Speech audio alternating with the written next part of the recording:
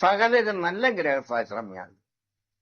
ആ നല്ല ഗൃഹസ്ഥാശ്രമിയിൽ നിന്ന് ഇന്ന് നമ്മൾ ആശിക്കാതെ നമ്മുടെ കയ്യിൽ വന്ന് ചേർന്ന ദർശനം, പ്രത്യക്ഷീകരിച്ച് കാണുന്ന ദർശനം, അത് ജാഗ്രത, സ്വപ്ന, സുഷുപ്തി, ഈ 3 കാലങ്ങളിലും കാണുന്ന സത്യം എന്താണെന്ന് കണ്ടിട്ട് ചിന്താതീതമായിരിക്കുന്ന ഒരവസ്ഥ.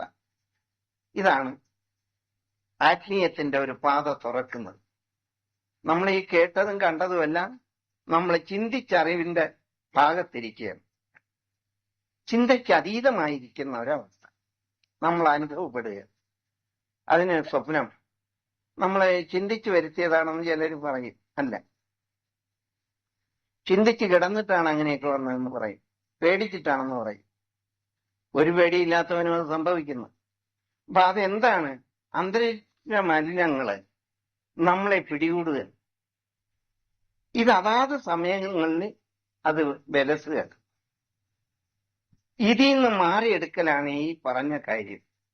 എന്തിനാണ്? ഇതിനെ ശുദ്ധി ചെയ്ത് ഈ വന്ന വീട്ടിലെ മാത്രം ഇവിടെ പിടിച്ചു നിർത്തും. പിടിച്ചു നിർത്തിയിട്ട് അത് നിങ്ങൾ ഇന്നതുപോലെ ചെയ്തില്ലെങ്കിൽ ഇന്നതുപോലെ സംഭവിക്കാൻ ഇടയുണ്ട് പറഞ്ഞു കൊടുത്തിട്ടാണ് ചെയ്യുന്നത്.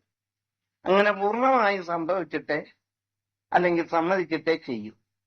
പക്ഷെ ചെയ്തു കഴിഞ്ഞാൽ നിങ്ങൾ അതിനെ മാനിച്ചെടുക്കാറില്ല. അത് ഏതെങ്കിലും വഴിക്ക് അതിനെ തല്ലി കളഞ്ഞിട്ട്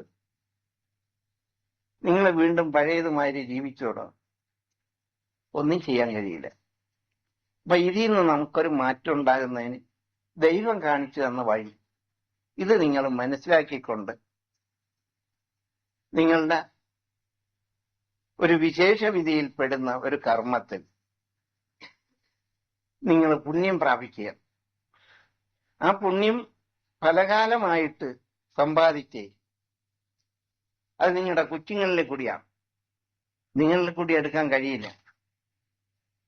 നമ്മൾ വളർന്ന് ഇത്രയായിപ്പോയി.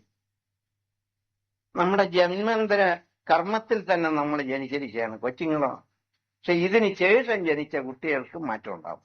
നമ്മളെ ഗുരുപൂജ ചെയ്ത് കഴിഞ്ഞാൽ ആ വീട്ടിൽ ജനിക്കുന്ന കുട്ടികൾക്ക് മാറ്റം. അതിലൊരു കുട്ടിയുടെ കാര്യം നിങ്ങൾ അങ്ങനെ പഠിച്ചാലേ ഇത് ശരിയാവും.